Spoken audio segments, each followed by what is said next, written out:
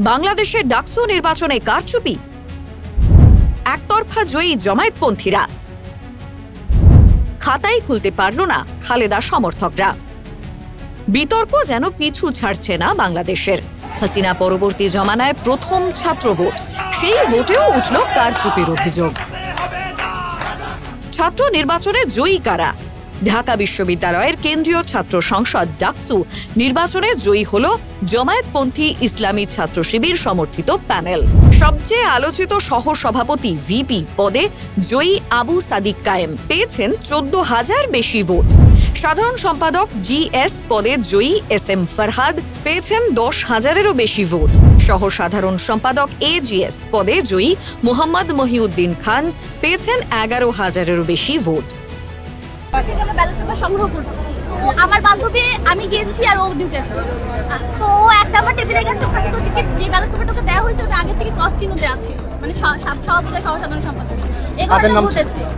সাদিক কায়েম আর ফরহাদ এই ঘটনাটা ঘটার পর ও যখন এটা দেখছে ওর সঙ্গে সঙ্গে আবার এক নম্বর টেবিলে গিয়ে বসে আপনি আমাকে কি দিচ্ছেন, তখন তারা সে উল্টা তাকে প্রশ্ন করছে আপনি তো করতে পারেন, আমি এটা কেন করবো, মানে তারা দেওয়ার কথা নিজেরা অস্বীকার করতেছে এবং তারা পরবর্তী এটাও বলতেছে মানে তাকে তার বাসা কোথায়, সে কি করে না করে জিজ্ঞেস করে এবং পরবর্তী কিছু ম্যান এসে বলছে যে দেখো এটা ভুল হয়ে গেছে, এটা আমরা পরবর্তী খেয়াল রাখবো, এই জিনিসটা আর হবে না। এটাই হলো বিষয়।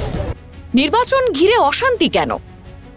প্রসঙ্গত, শেখ হাসিনার দলের ছাত্র শাখা বাংলাদেশ ছাত্রলীগ বর্তমানে সেখানে নিষিদ্ধ। মূলত ছাত্র শিবির সমর্থিত প্যানেলের সঙ্গে লড়াই ছিল খালেদা জিয়ার দল বিএনপির ছাত্র শাখা বাংলাদেশ জাতীয়তাবাদী ছাত্র দলের। তবে ঢাকা বিশ্ববিদ্যালয়ের 28টি পদের মধ্যে কোনোটিতেই জিততে পারেননি ছাত্র দলের প্রার্থীরা। নির্বাচনে শিবির প্যানেলের ভিপি প্রার্থী সাদিক কায়েম ও জিএস প্রার্থী এসএম ফরহাদকে ভোট দেওয়া ব্যালট দেওয়া হচ্ছে বলে অভিযোগ শিক্ষার্থীদের। কারচুপির নির্বাচন মানি না বলেও ওঠে স্লোগান।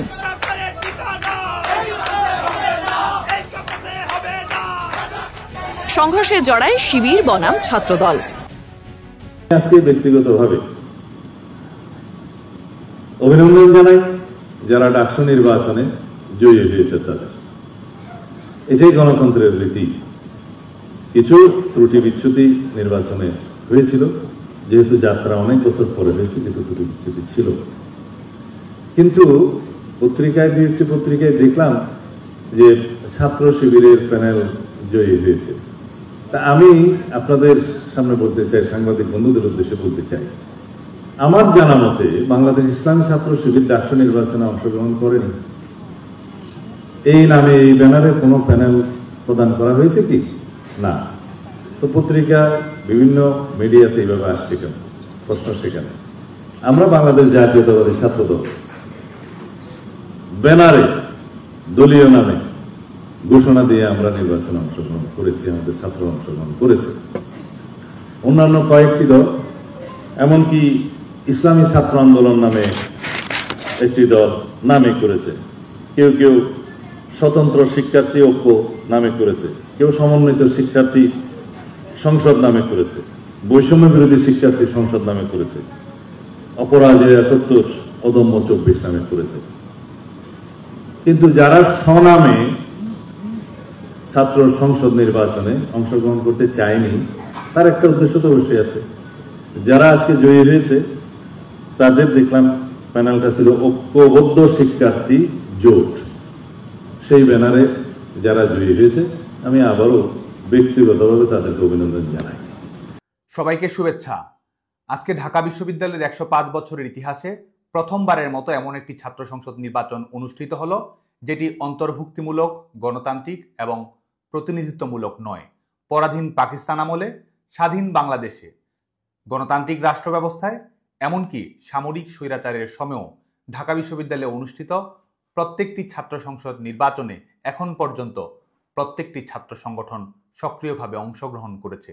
সেদিক থেকে এটি ঢাকা বিশ্ববিদ্যালয়ের দীর্ঘ গণতান্ত্রিক ঐতিহ্যিক প্রক্রিয়ায় একটি বড় ব্যত্যয়। একই সঙ্গে এই নির্বাচনটি একটি নিয়ন্ত্রিত নির্বাচন। এই নির্বাচনে কারা অংশগ্রহণ করবে, কারা প্রার্থী হতে পারবে, কাদের মধ্য থেকে শিক্ষার্থীদেরকে বাছাই করে নিতে হবে, এটি সম্পূর্ণতই দখলদার সরকারের অনুগামী বিশ্ববিদ্যালয় প্রশাসন নির্ধারণ করে দিচ্ছে।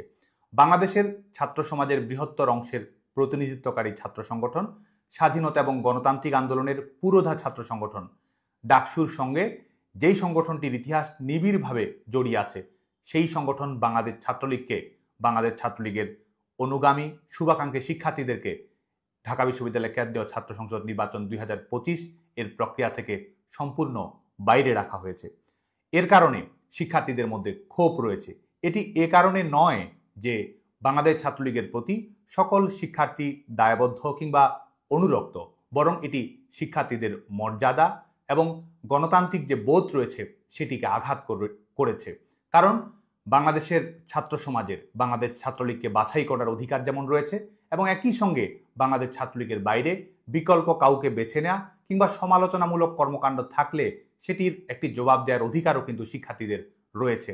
আজকে শিক্ষার্থীদের সেই মর্যাদাকে, শিক্ষার্থীদের সেই গণতান্ত্রিক অনুভূতিকে আজকে বিশ্ববিদ্যালয়ের প্রশাসন পর্যুদস্ত করেছে। রিমোট কন্ট্রোলের মাধ্যমে বিচার বিভাগকে যদিও নিয়ন্ত্রণ করছে, ইভেন্ট ম্যানেজমেন্ট কোম্পানির মতো বিচার বিভাগ থেকে নিজের পছন্দ মতো রায় বের করে নিয়ে আসছে, কিন্তু তারপরও আইনগত সংকট আজ হোক কাল হোক উত্থাপিত হবেই।